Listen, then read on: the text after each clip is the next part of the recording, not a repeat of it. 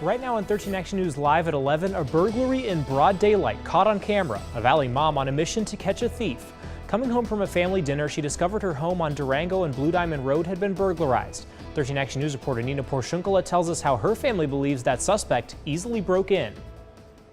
My kids did not want to stay in this house. Janine Baraja says after someone broke into her home, the burglar also took her family's peace of mind.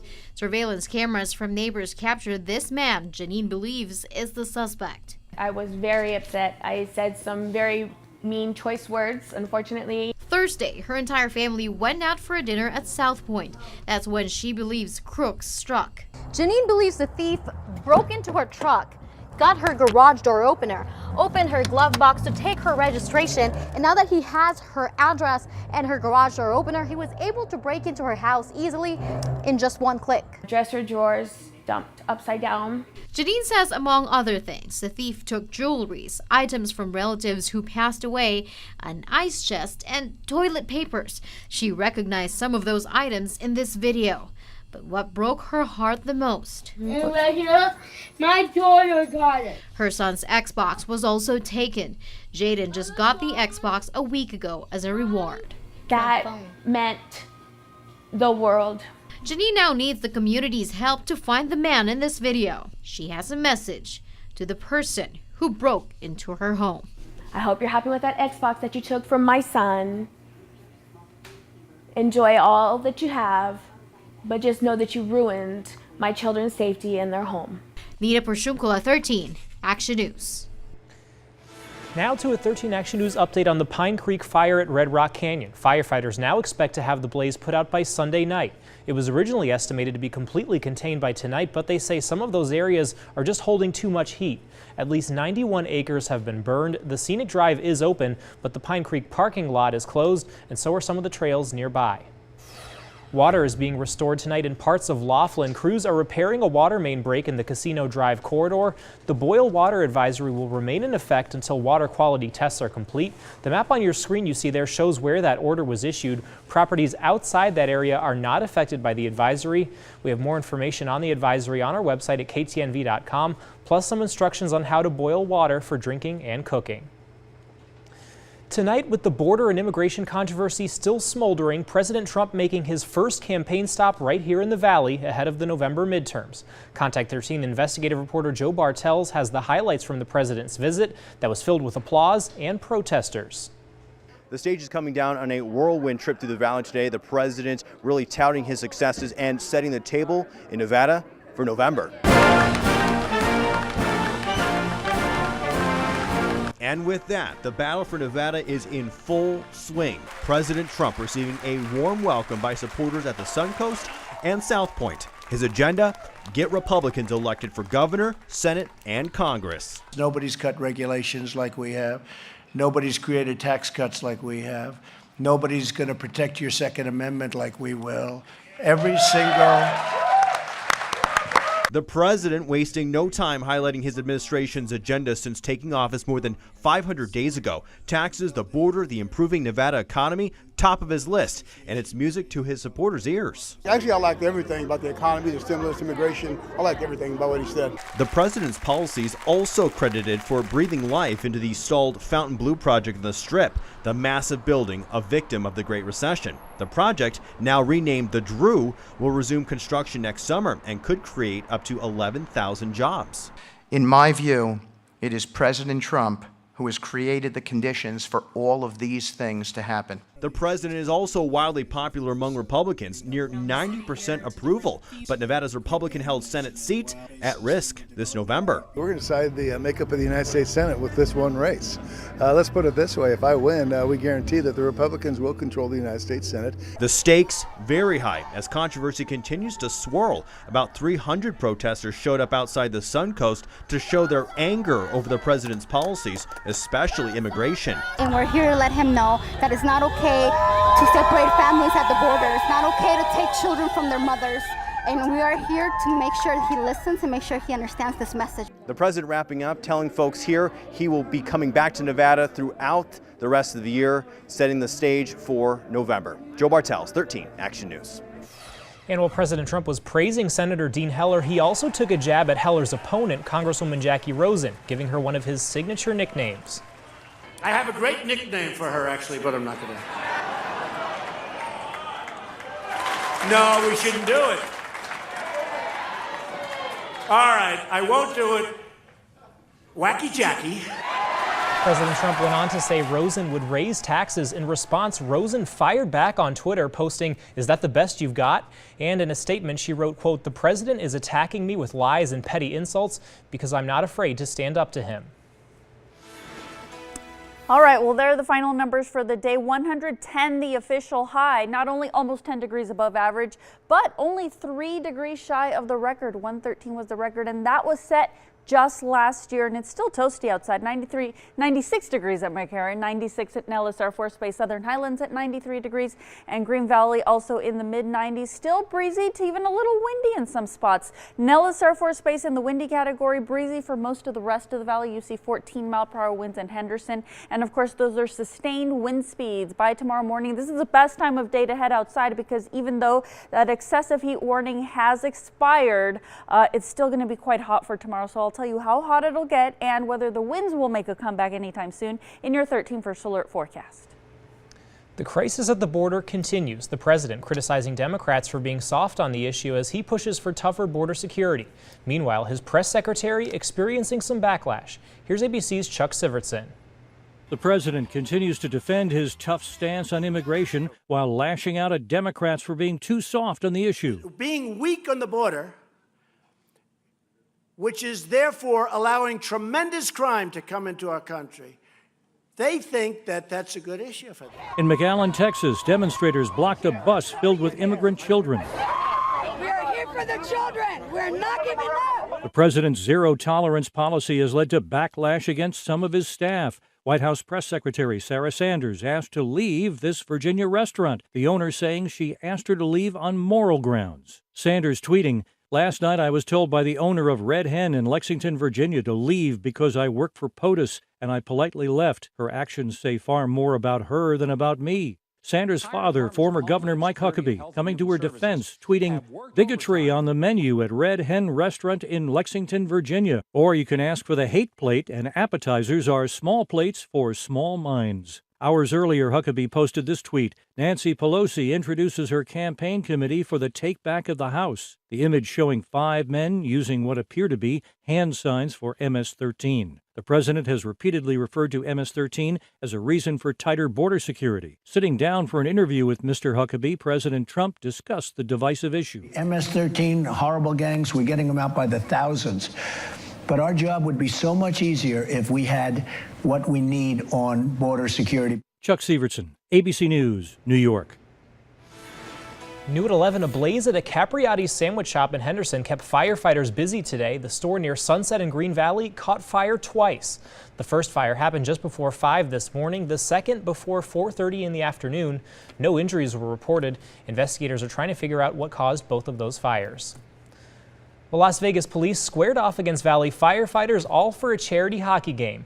It was held this evening at City National Arena. Of course, that's where the Golden Knights practice, and some of their players actually showed up for the game.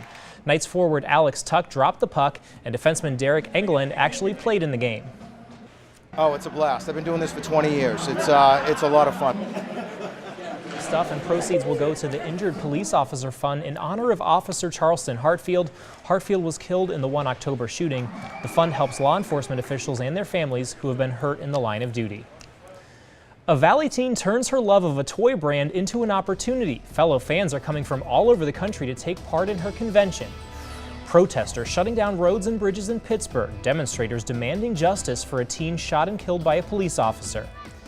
Plus a devastating house explosion in Ohio, and it's not the first time this has happened there. The new concern for investigators and homeowners. And count on Chopper 13 to bring you breaking news fast and first. We'll be right back. We're learning more about a house explosion in Ohio. Authorities say scavengers trying to steal metal might be to blame. Newly released body camera video you see there catches the moments after that house exploded in Columbus. 2 people were seriously injured, and less than 2 weeks ago, another home exploded in Cleveland. A group of scrappers are being investigated for causing the blast. Scrappers can inadvertently create catastrophic situations by causing gas leaks when stealing their materials. Gas meters, hot water heaters, and furnaces, are removed from these structures, and they'll continue to go into these structures until they have taken every piece of metal out of it. Scrapping is regulated and legal business in most states. The danger, though, is in thieves operating in empty buildings where the gas has not yet been turned off. Protests continue in East Pittsburgh after a 17-year-old was shot and killed by a police officer. The shooting was caught on video by a woman inside a nearby apartment. ABC's Kenneth Moten talks with her and protesters as they demand answers for the death of Antoine Rose. Protests continue in Pittsburgh as demonstrators shut down roads and bridges, demanding justice for 17-year-old Antoine Rose. It's time for police to be held accountable for their behavior. The rain not stopping those protesters who joined an already planned Juneteenth Freedom Parade, which commemorates the end of slavery in the U.S. Nobody should be shot in the back. We're not tolerating no more deaths. Antoine was shot and killed by East Pittsburgh police officer Michael Rossfeld as he ran away during a traffic stop Tuesday night. For the first time, the witness who captured the incident on video talked about what led her to start recording. The tone of the officer's voice, his tone, he was very harsh, he was screaming, and he was just very aggressive. Investigators say the car Antoine was riding in matched the description of a vehicle possibly involved in a drive-by shooting minutes before. The district attorney saying an empty 9mm gun clip was found in the teen's front pocket after the shooting. I'm not going to talk about everything that happened that night, but you asked me the question, did he have a 9mm, did he have a clip? He had a clip in his pocket. But for many, there is no justification for the shooting. When are they going to start training these people to really police? They're not policing. They're not policing. Those protesters now hoping for change. Kenneth Moten, ABC News, Pittsburgh. A congressional candidate from South Carolina is hospitalized after a wrong-way driver crashed last night. Katie Arrington and a friend were driving when that driver hit them. They were both seriously injured, and the wrong-way driver was killed. Arrington suffered a fractured back, broken ribs, and the partial collapse of a leg artery. She will have to have surgery on her small intestine and colon. And this just in, a victory for women in Saudi Arabia. For the first time, they're now allowed to drive in their country. The world's last remaining ban on women driving was just lifted hours ago. For years, women have had to rely on men to run basic errands for them, to drive them to work, and to navigate around. Thousands of people marched through central London on the second anniversary of the Brexit referendum. They want to call on the UK government to give the British people a vote on the final Brexit deal. Organizers say that if a Brexit deal is rejected by the UK Parliament, that the British people should have a vote on any final terms of UK's exit out of the European Union.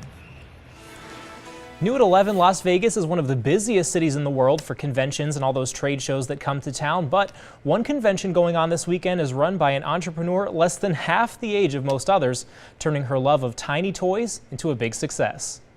Organizing a big Las Vegas convention is a full-time job, especially when you're just 15. After school, I plan. That's basically all I do. But Nana Sarfo is no amateur. She's been organizing the LPS Con for fans of the Hasbro toys since she was 12. I used to use them just to play, but now, as you can see at this event, it's more of a collection kind of thing. It all started 3 years ago with just a few dozen people in a park with Nana's mom supplying the snacks. I called my husband and said, really, that I think this is big. But it quickly grew enough that they now need their own convention room. We are so proud of it. This year, fans from all over the country. From New York, Floridians, I have Massachusetts. Trading, selling crafts, and bringing together their huge fan base. This is Wings and a mask that she made out of hot glue. Amber Kerrigan even makes YouTube videos about the pets and traveled 5 hours from California for the convention. It's just really fun to play with. They're really cute, and it's kind of my passion to make videos with them. As for Nana, come tomorrow, it'll be time to start planning for next year. Her new goal,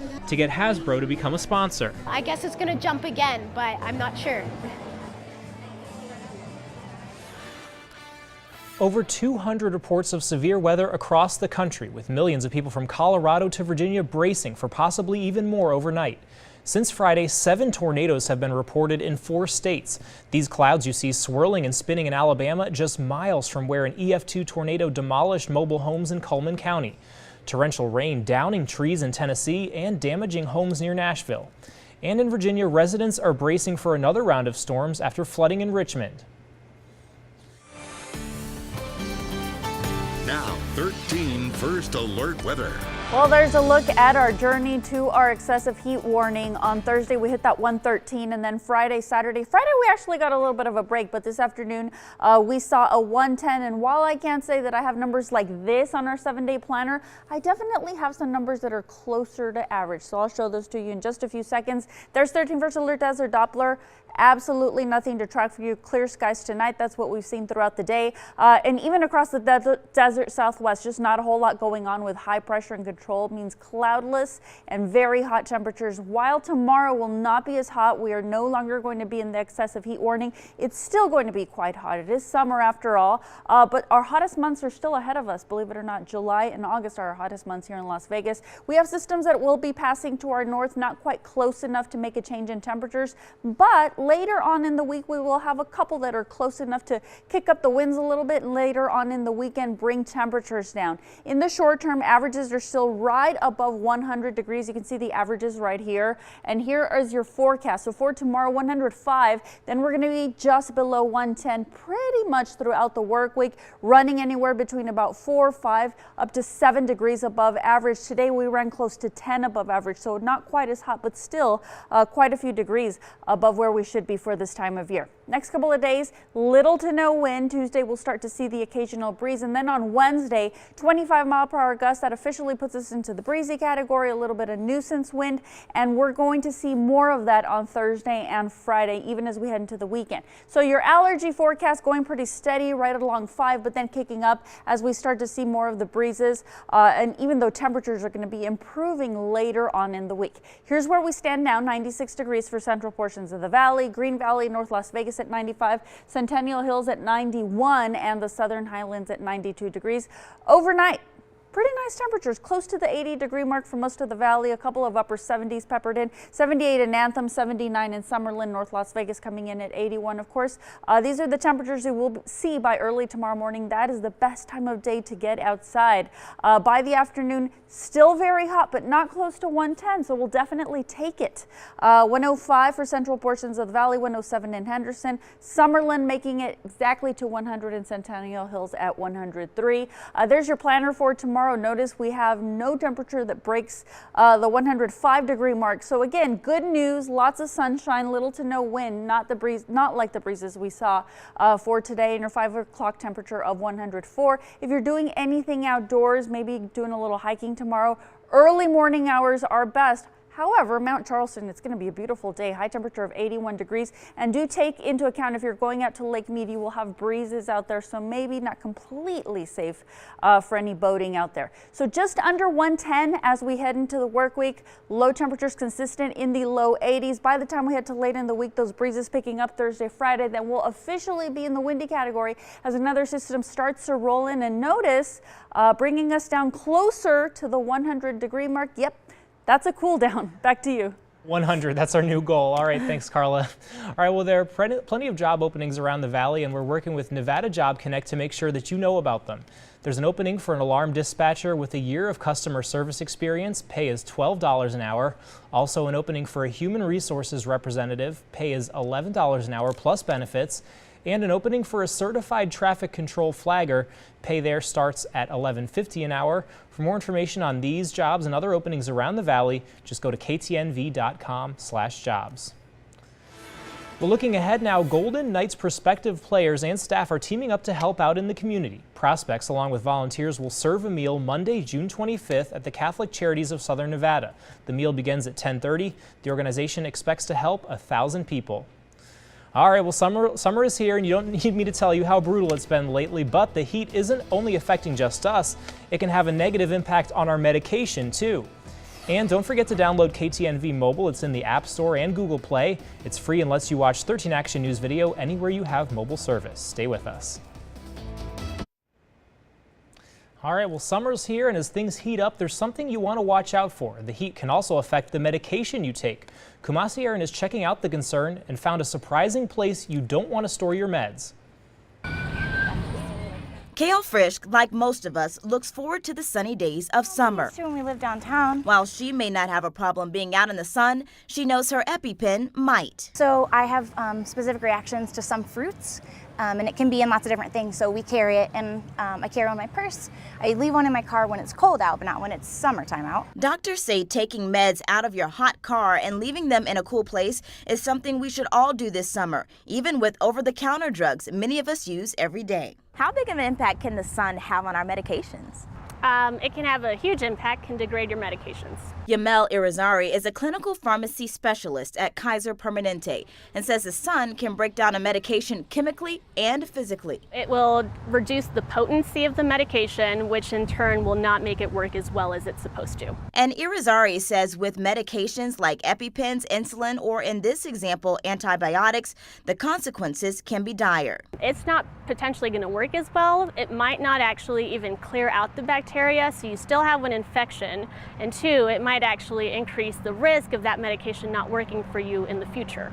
So if not in a hot car or on a windowsill, where should you leave your medication? Well, not where you might think. So there's a medication cabinet in our restrooms, right? Probably should not be storing our meds there because it does get hot, it gets steamy, so both the heat and the moisture from that can affect our medication integrity. Unless it needs to be refrigerated, store your medicine somewhere cool and dry, like a drawer in your nightstand. Enjoying the sunny days of summer, meant for you, not your medication. I'm Kumasi Aaron. Good advice, especially pushing 110 here in Vegas for sure. All right, well, a family tradition that you can trace in the sky. 3 generations come closer together, all while serving their country. We'll be right back. A family tradition like no other. A father and his son, there for each other, all while serving the country. ABC's Jun23 reports these 3 generations of paratroopers are definitely unique.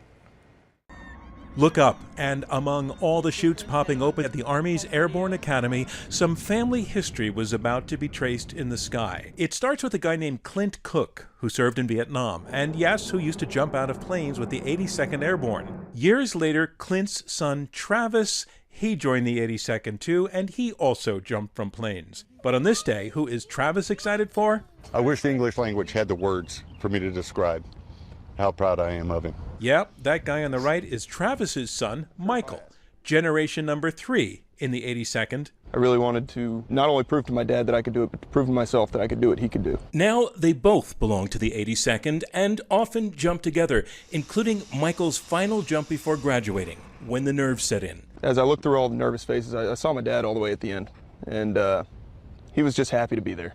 I changed this guy's diapers. It's my child, and I'd kind of space out a little bit and look back at him and go, no, that is a full-grown paratrooper sitting next to me. So on this day, it was jump number 100 for Travis. Come on, Travis. Then his feet on the ground. And your daddy's gonna fall out of the airplane. It was his kid's turn. Here comes Michael. A family tradition, high in the sky and serving their country. Jun23, ABC News.